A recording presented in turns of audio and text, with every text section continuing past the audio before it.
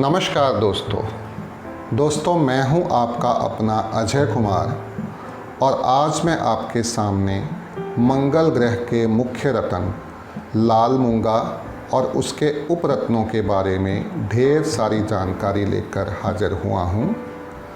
दोस्तों, आचार्य वराहमिहिर के मुख्य ग्रंथ बृहत संहिता का जब हम अध्ययन करते हैं तो हम ये पाते हैं कि मूंगा रत्न की जो उत्पत्ति है वो असुर राजा बलि चक्रवर्ती की अंतड़ियों से हुई थी। दोस्तों, मूंगा रत्न को हिंदी और पंजाबी में तो हम मूंगा ही पुकारते हैं, इंग्लिश में इसको कोरल कहते हैं, फारसी में इसका नाम मरजा है और संस्कृत में इसको लता मणि नाम से जाना जाता है।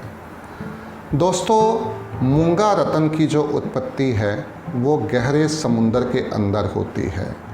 बेसिकली मूंगा रत्न एक बायोलॉजिकल प्रोडक्ट है। गहरे समुंदर में रहने वाले आइसिस नोबाइल्स नाम के समुंदरी जीव जो हैं, ये अपने शरीर में से एक लाल रंग का लेसला पदार्थ छोड़कर एक वृक्षनुमा रचना जो है उसका निर्माण करते हैं, जो कि लाल रंग की होती है। इसकी शाखाएं नहीं होती, इसके पत्ते नहीं होते। इन्हीं रचनाओं को काटकर मूंगा रत्न जो है उनको तैयार किया जाता है। दोस्तों प्राकृतिक रूप से मूंगा रत्न जो है वो दो रंगों में पाया जाता है, लाल मूंगा और सफ़ेद मूंगा। विश्व में ज़्यादातर मूंगा जो है वो भूमध्य सागर, हिंद महासागर, अल्जीरिया और ईरान से उत्पन्न होता है। दोस्तों, हमारे देश के अंदर जो मूंगा रत्न का कमर्शियल उत्पादन है उसके लिए हम फ्रांसीसियों को रिस्पॉन्सिबल कह सकते हैं। फ्रांसीसियों ने 1450 के आसपास हिंद महासागर में से मूंगा रत्न जो है उसका कमर्शियल उत्पादन शुरू किया। फ्रांसीसियों को देखकर बाद में अंग्रेज़ों ने भी ये काम किया और धीरे धीरे मूंगा रत्न से जुड़ा हुआ जो कारोबार है वो इटली तक पहुंच गया। दोस्तों, आज इटली के अंदर नेपल्स नाम की एक जगह है जहां पर 50 से ज़्यादा कंपनियां मूंगा रत्न से साथ जुड़े हुए कारोबारों में लगी हुई हैं। हज़ारों लोग यहाँ पर काम करते हैं दोस्तों, और इस तरह से प्राकृतिक मूंगा जो है वो विश्व के लोगों को प्राप्त होता है।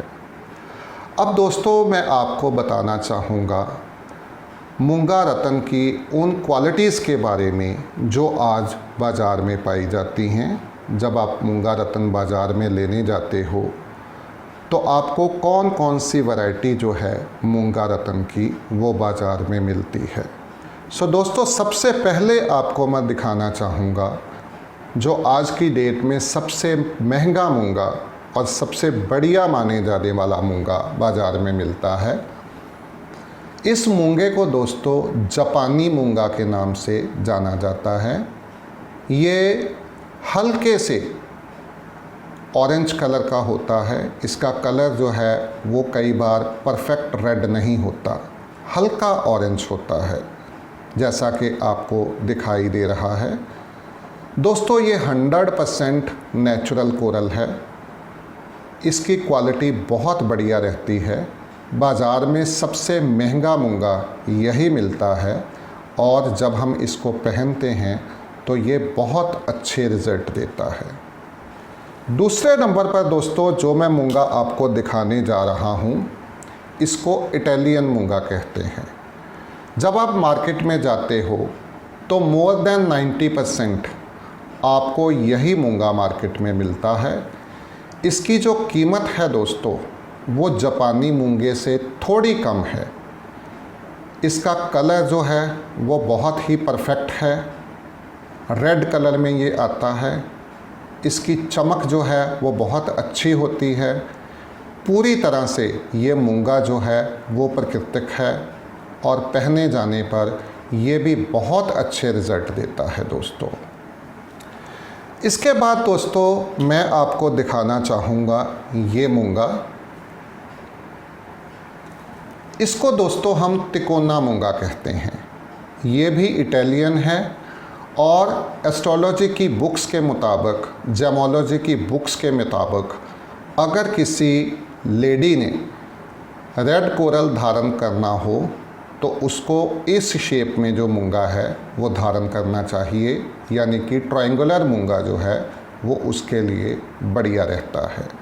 सो दोस्तों, ये भी ओरिजिनल मूंगा है, इटालियन मूंगा है। लेडीज़ इसको पहन सकती हैं और पहने जाने पर ये बहुत बढ़िया रिज़ल्ट जो है वो देता है।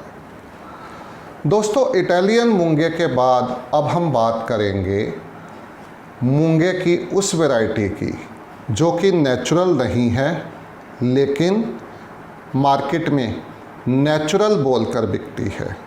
तो दोस्तों, ये एक ट्रायंगुलर मूंगा है। दोस्तों, ये एनिमल्स की हड्डियों से बना हुआ है।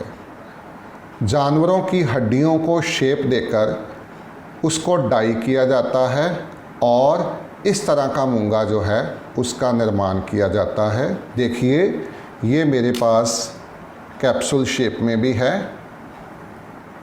ये भी हड्डी से बना हुआ मूंगा है। दोस्तों, इस मूंगे का जो कलर है वो कुछ टाइम के बाद फेड होने लगता है और धीरे धीरे पूरी तरह से चला जाता है। सो आपने भूलकर भी ये मूंगा नहीं खरीदना।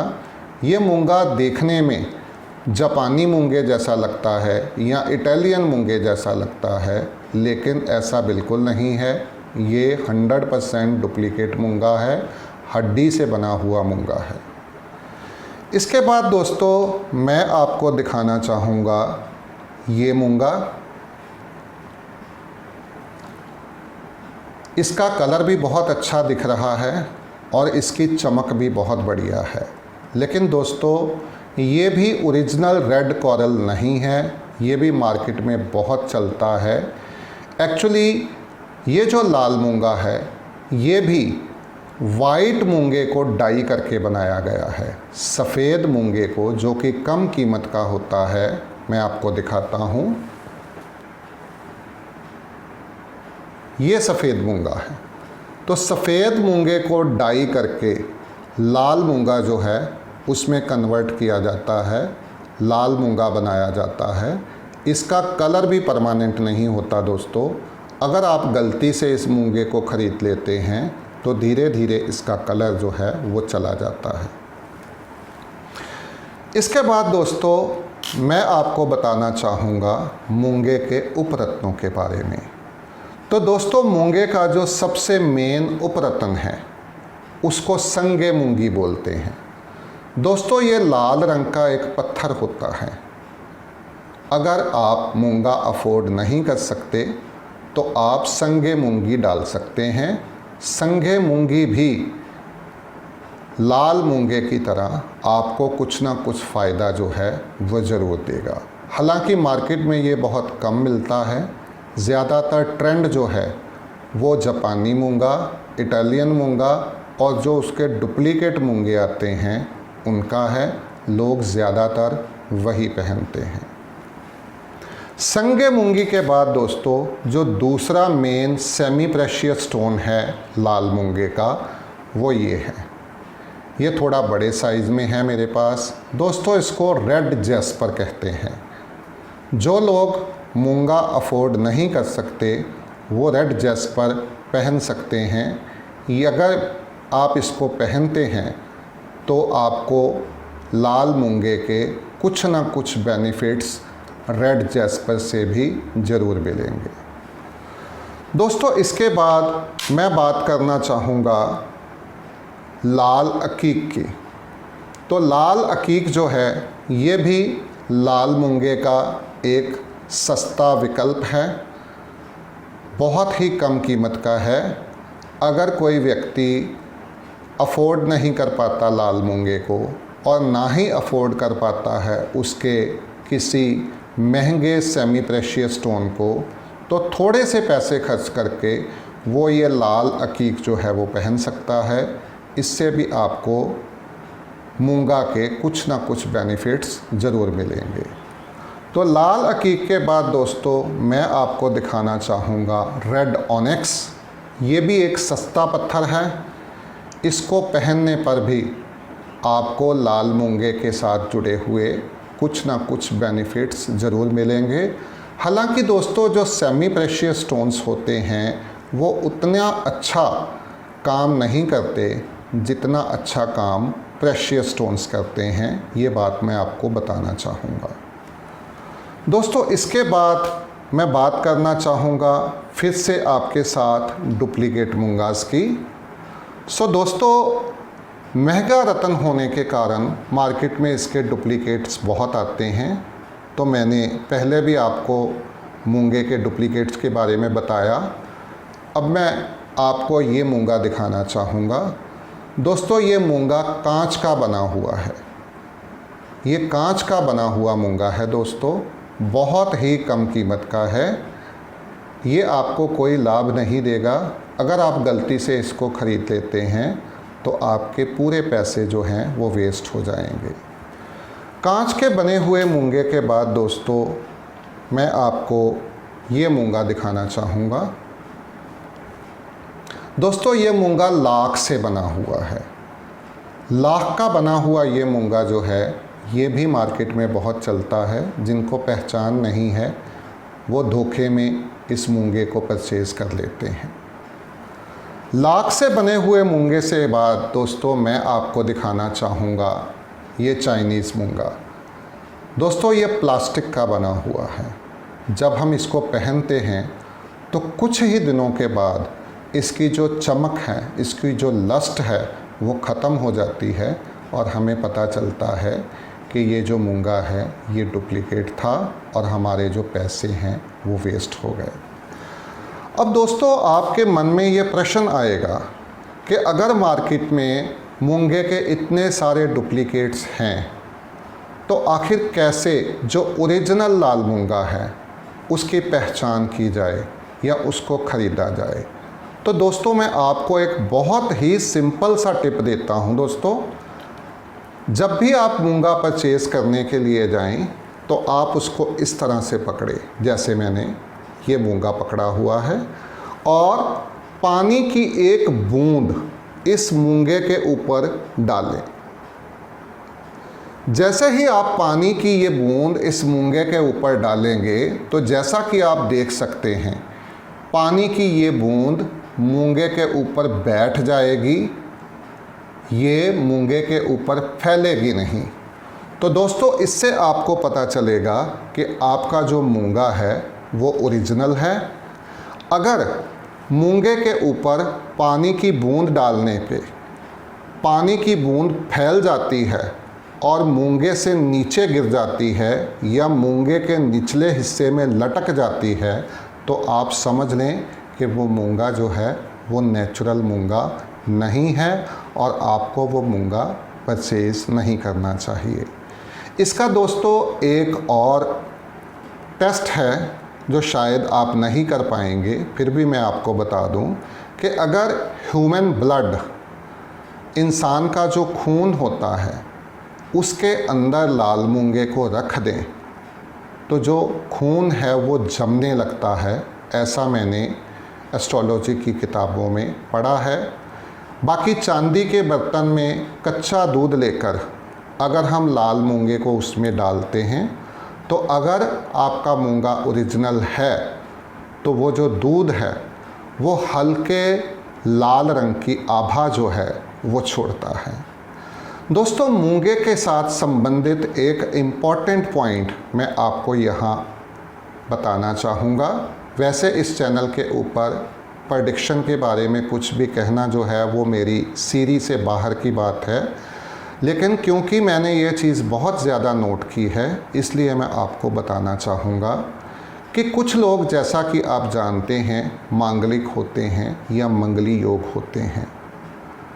तो जो एस्ट्रोलॉजर रत्नों की ज़्यादा जानकारी नहीं रखते या जो ज्योतिषी रत्नों के बारे में ज़्यादा नहीं जानते, वो उनको आंखें मूंद कर बोल देते हैं कि आप लाल मूंगा पहन लो तो इससे आपका मांगली दोष जो है वो ख़त्म हो जाएगा।